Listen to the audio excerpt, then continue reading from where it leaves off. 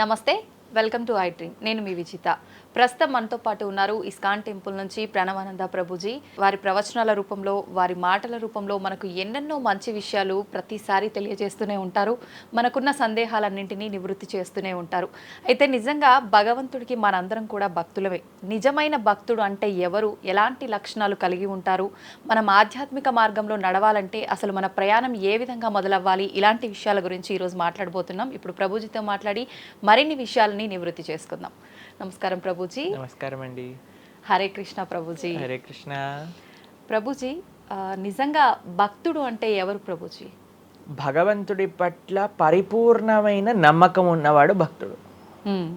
సుఖాలు వచ్చినా, దుఃఖాలు వచ్చినా, అవమానాలు వచ్చినా, పొగడతలు వచ్చినా, మన జీవితంలో ఏ సిచ్యువేషన్ వచ్చినా సరే మనం భగవంతుణ్ణి ఆశ్రయించి ఆయన పట్ల నమ్మకం ఉన్నవాడు భక్తుడు. చాలాసార్లు ఏమవుతుందంటే అండి, మనకి మంచి జరుగుతున్నప్పటి వరకు వెరీ గుడ్, మనం చాలా భగవద్భక్తులం అని అంటే, కానీ ఏదన్నా చెడు జరిగిపోయింది ఏమనుకోండి, నాకెందుకు ఇలా జరిగింది, నేను ఇంత మంచివాడిని, ఆయన ఎందుకు అలా చేయలేదు, కాబట్టి ఈయన నాకొద్దు అని అంటారు చాలా మంది. మీరు ఆశ్చర్యపోతారు. అసలు నాకు నా భక్తి జీవితంలో చాలా ఇన్స్పిరేషన్గా అనిపించింది. నేను ఇప్పుడు మనకి తెలుసు పాలస్తీన్ ఇంకా ఇజ్రాయెల్లో వార్ జరుగుతుంది, గాజా అనే ప్రదేశంలో. అయితే ఒక ఆవిడ, అసలు చాలా వీడియోస్ చూశాను ఒకదాని తర్వాత ఒకటి, అక్కడ ఉండే వాళ్ళు మొత్తం ఫ్యామిలీ నష్టం అయిపోయినా, పిల్లలు చనిపోయినా, ఏం చేసినా సరే వాళ్ళు ఇలా అంటున్నారనమాట, ఏ అల్లా నువ్వు మాకు ఇది చేసావు కానీ మేము మాత్రం నీకు స్తోత్రం చేస్తాం. వాళ్ళ లాంగ్వేజ్లో వాళ్ళు చెప్తున్నారనమాట, నువ్వు ఏం చేసినా సరే మా మంచికే చేస్తావని నాకు తెలుసు, కాబట్టి ఇంకా ఇంకా మేము మిమ్మల్ని పొగుడుతూనే ఉంటాము.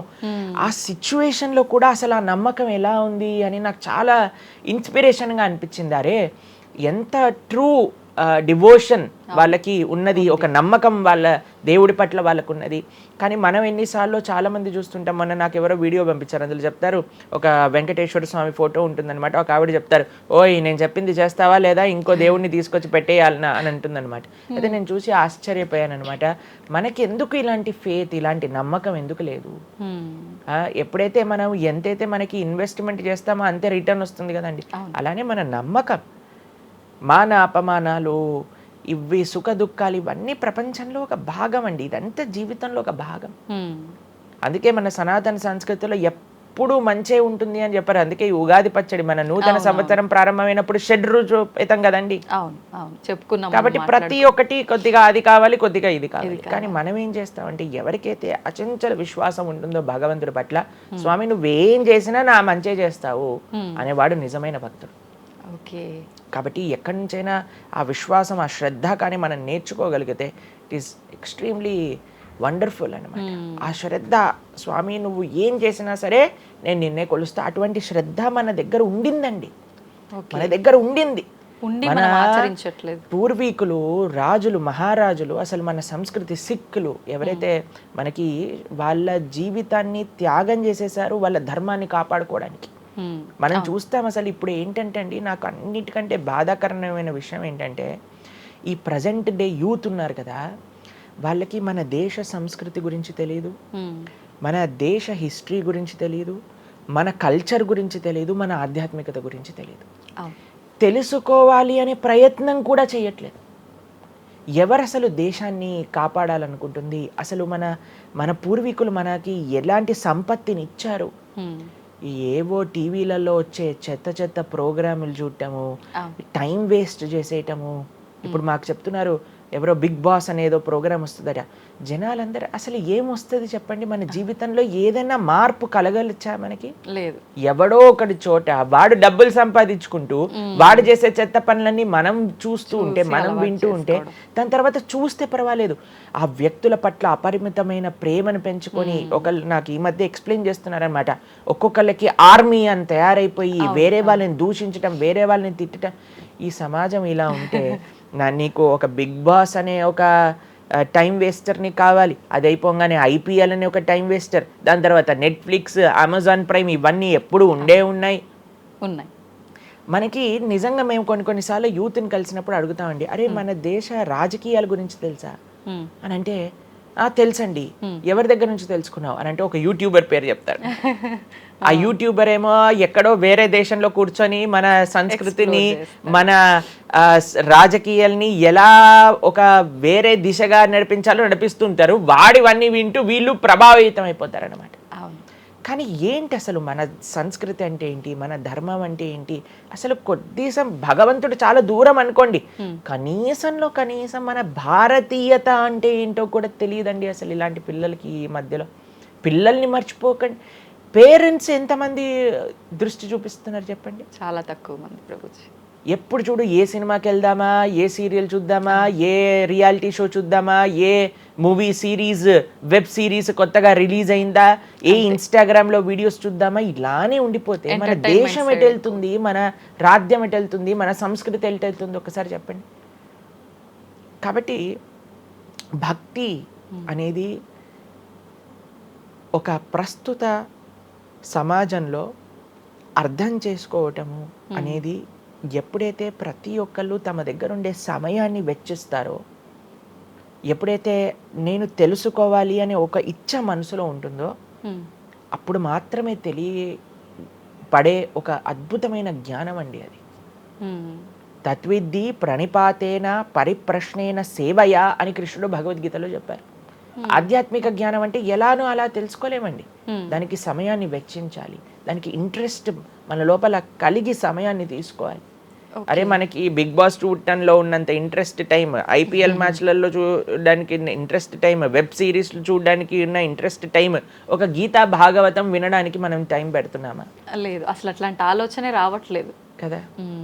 మరి భక్తి అంటే ఏంటి, భగవంతుడు అంటే ఏంటి, భగవంతుడు మనకి ఏం చేస్తున్నాడు, ఇవన్నిటికీ సమయం వెచ్చించాలి కదండి. కాబట్టి అందుకే మనం ఎప్పుడు చెప్పేది, ఒక భక్తుడు అనేవాడు అన్నిటికంటే అదృష్టవంతుడు ఎవరికైతే భగవంతుడి యొక్క కృప అనుభవంలోకి వస్తుందో. అటువంటి అనుభవం కానీ మనం పొందాలి అని అనుకుంటే మనం సమయాన్ని కేటాయించాలి.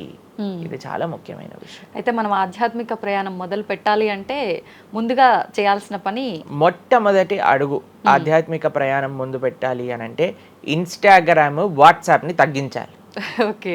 ఇంతకు ముందు ఏకాదశి, ఇప్పుడు రేపు ఏకాదశి ఉపవాసం అంటే నిర్జల ఉపవాసం అని లేదా ఫలాహార ఉపవాసం అని అది చెప్తారు. కొన్ని సంవత్సరాలు అయిపోయాక ఉపవాసం అని అంటే కనీసం ఈ రోజైనా ఫోన్ చూడొద్దు అని చెప్పే రోజులు కూడా వస్తాయేమో అనిపిస్తుంది.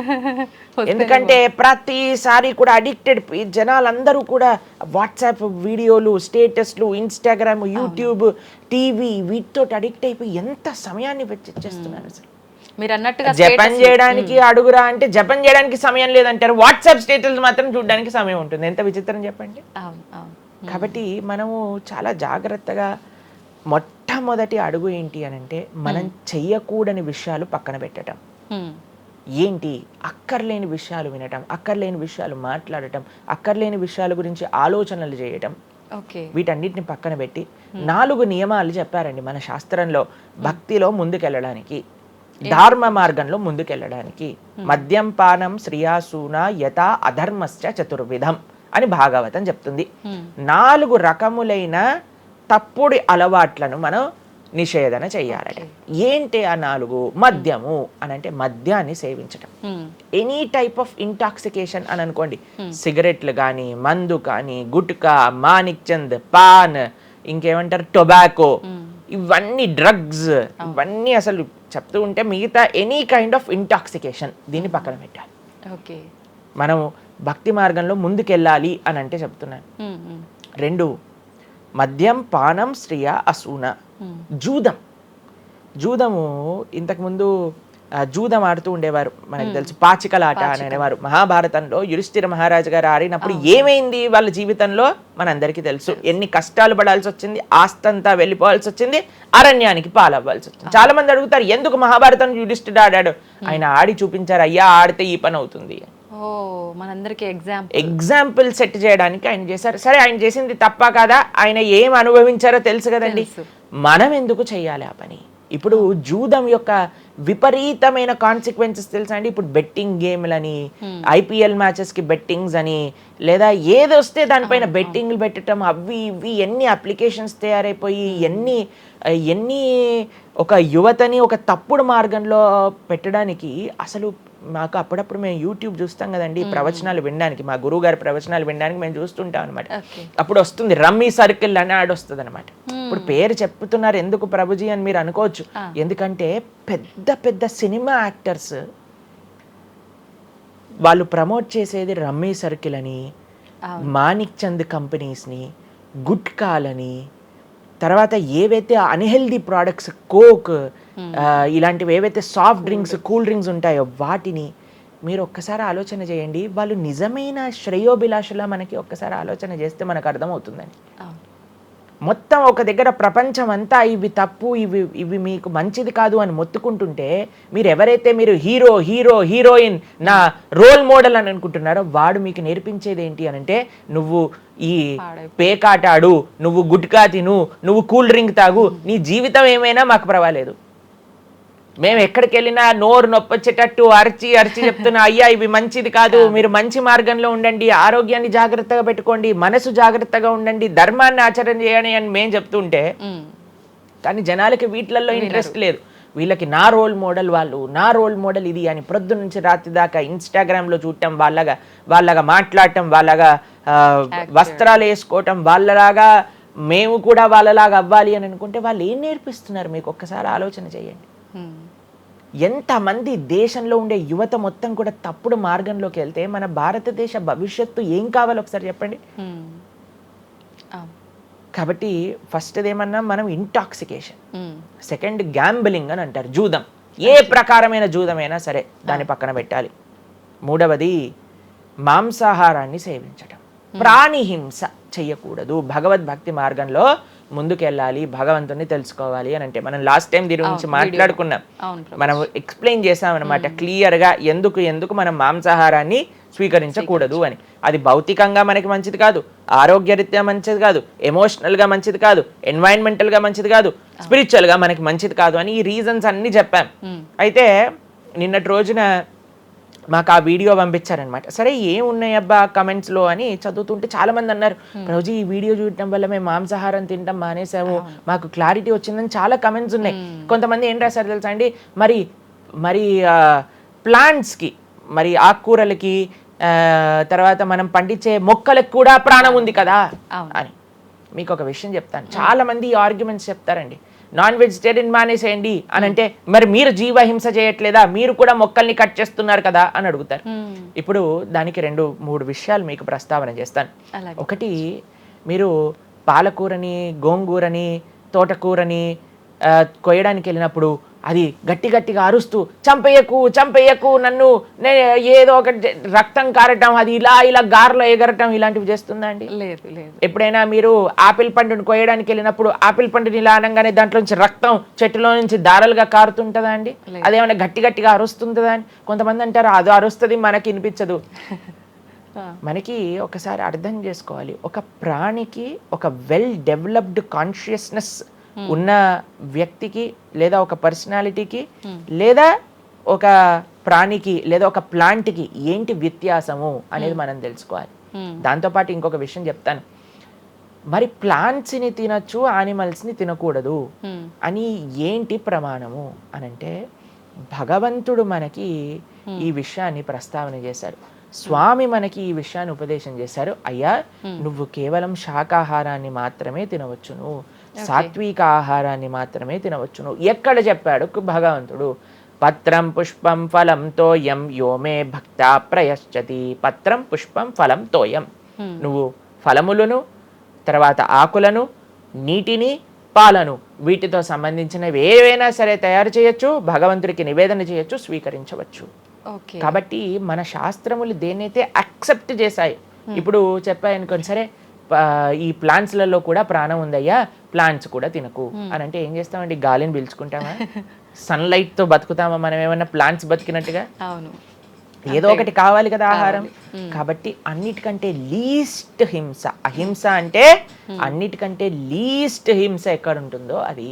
కాబట్టి మనకి శాస్త్రం ఆమోదన చేసింది, నువ్వు ఈ ఏవైతే హర్బివోరస్ అని అంటారు చూడండి, ఏవైతే పశుపక్షాదులు కాకుండా ఏవైతే మొక్కలు ఉంటాయో, ఏవైతే ధాన్యం ఉంటుందో, ఏదైతే ఫలములు ఉంటుందో దాన్ని స్వీకరించు అని. తర్వాత రెండో ఆర్గ్యుమెంట్ ఏం చేస్తారో తెలుసా అండి, నాన్ వెజిటేరియన్ అనగానే మనం కానీ తినకపోతే వాటి పాపులేషన్ మొత్తం పెరిగిపోయి పెరిగిపోయి పెరిగిపోయి పెరిగిపోయి మనల్ని చంపేస్తుంది. అయ్యా నువ్వొక్కడివి మారటం చేత ఏమీ అవ్వదు. అందుకే ఆధ్యాత్మిక మార్గంలో నడవాలి అందరం కూడా.